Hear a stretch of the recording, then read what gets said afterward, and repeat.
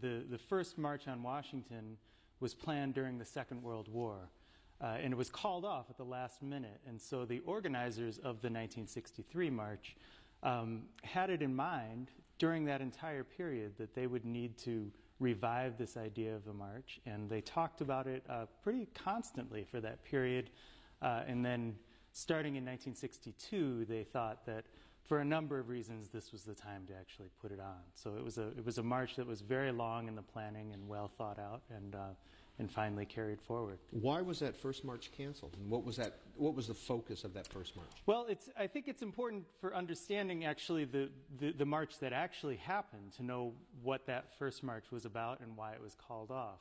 The first march was called, it was actually just before the United States entered the Second World War. So the war was happening in Europe and in Asia. This was before Pearl Harbor. The U.S. was officially neutral.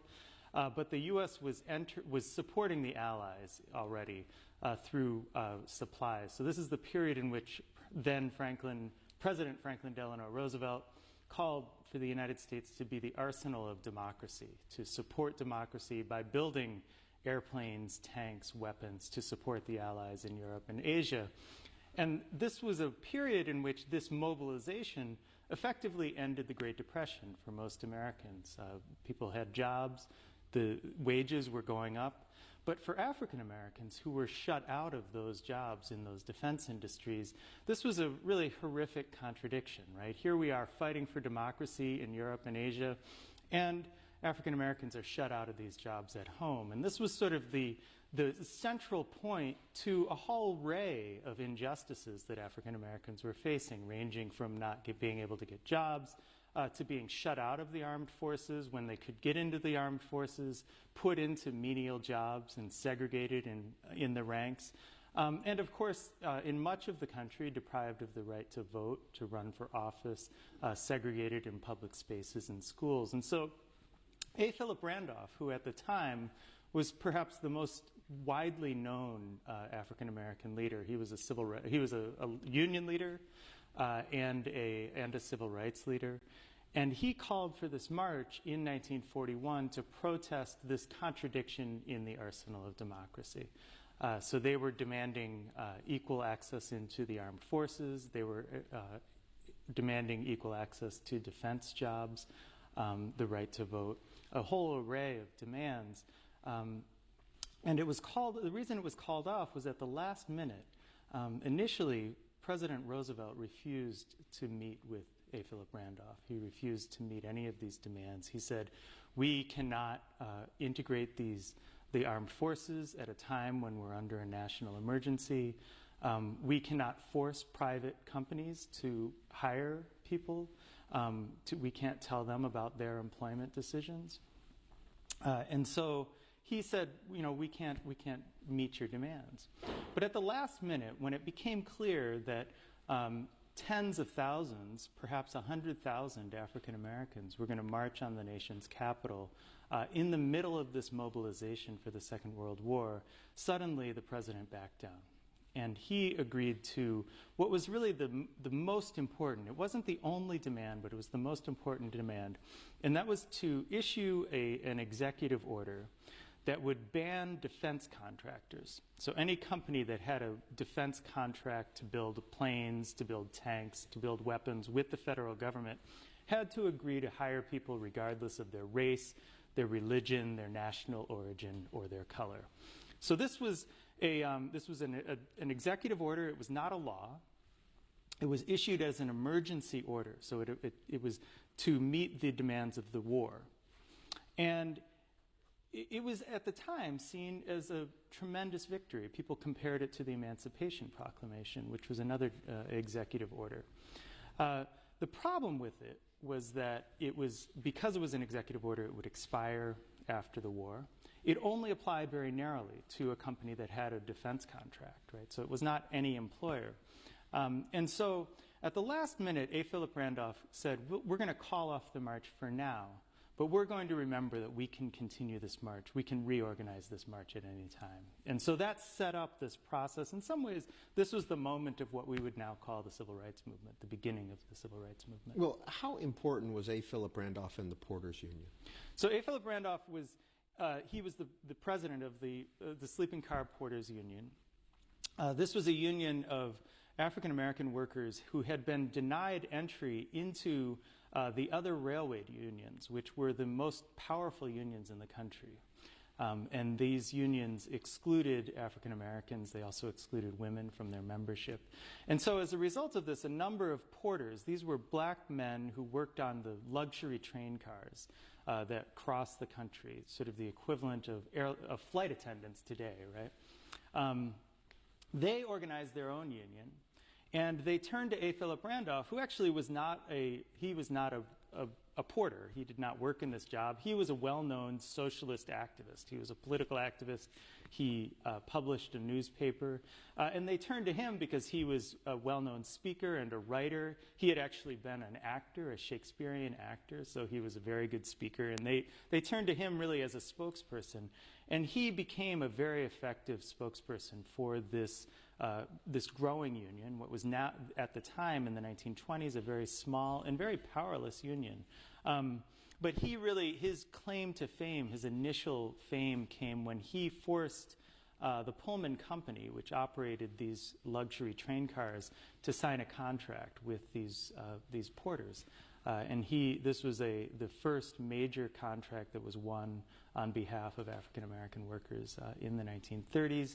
He affiliated with the American Federation of Labor and made this a very well-known and established union. And that sort of established him as, by the 1940s, he was known as the Dean of Civil Rights and the most important, really, black leader in the country. So why do you feel that it's important for Americans to keep other Americans away from certain privileges? For the called-off march in 1941, A. Philip Randolph was active in the 1963 march as well. That's right. He was the director of the 1963 march. It's a march that's often known as Martin Luther King's March on Washington, and that's really a name that it acquired in hindsight. At the time, everybody really knew that and recognized that A. Philip Randolph was the principal leader of the march. So, what was Martin Luther King's role in the 1963 march? Well, by 1963, Martin Luther King had really established himself as an important leader. He was very well known for his leadership in the Montgomery bus boycott in the previous decade. He had formed the Southern Christian Leadership Conference, and he was widely known really as the leader of the Southern Civil Rights Movement, this movement that was based on nonviolent civil disobedience, aimed at ending the system of Jim Crow in the South. He was a tremendous speaker. Everybody knew that he was a phenomenal speaker. But he wasn't the only, and in many ways, the principal leader of what we would know as the Civil Rights Movement. So the Civil Rights Movement, I think it's important to remember, was a national movement. It was a movement that was not just focused on ending Jim Crow in the South. It was a movement that went back to this effort during the Second World War to win equal access to jobs, and had really retained that effort to try to build a national movement that could end racial inequality. So, let me know in the comments, what do you remember most about Martin Luther King? So by 1963, Martin Luther King was very well known as a speaker, as a leader of this, in some ways, a part of the movement. And so when A. Philip Randolph went to reorganize this march that he had called off back in 1941, everybody said, well, you better get Martin Luther King. You need to get his support. And he went to Martin Luther King, and Martin Luther King said, well, I will support you, but let's expand the goals of the march. The march is not just about winning equal access to jobs, fighting employment discrimination. It's also about winning the right to vote in the South, which for somebody, A. Philip Randolph lived in New York City. He had the right to vote. This was not sort of primary on his mind. But for somebody living in Montgomery or living in Atlanta, this was the primary goal, to end the segregation in lunch counters and the things that I think we often sort of popularly associate with the civil rights movement more broadly. So that's where actually the slogan for the 1963 march came from. This was a march for jobs and freedom. And in some ways, this was a merging of these two, a sort of northern wing and a southern wing. The northern wing being emphasizing jobs and access to economic justice, being rooted in the labor movement, like the Brotherhood of Sleeping Car Porters, and then freedom coming from the southern wing, arguing for voting rights, arguing for desegregation, access to schools, to public spaces. And in that wing, that Martin Luther King was the most important and most prominent figure in that march. So the march was a merger of these two. In the actual day of the march, Martin Luther King's role, I think, was also interesting. He was the last of 10 speakers. The first was A. Philip Randolph, who really opened by setting the tone. He explained what they meant by this being a march for jobs and freedom. He explained the importance of ending discrimination, but also of fighting for economic justice, for winning jobs for everyone, for winning living wage jobs, raising the minimum wage. And he really set out that connection between jobs and freedom. This was sort of a mantra that was repeated throughout the day. And all of the other speakers really took up that connection and talked about the connection between economic justice and racial equality, between jobs and freedom. And it's interesting, I think, and important to remember, by the time Martin Luther King came to the stage, people were worn out. People had heard this. How long had it been going on? This had been going on for over 2 hours, and that was just the event at the Lincoln Memorial. Before this, there had been a march. There was an actual march. Most of the people there had traveled the night before, so they were exhausted. This was a really exhausting experience. And Martin Luther King, you know, everybody knew that he could bring people back, sort of revive their spirits, focus them on, you know, going home and continuing this struggle.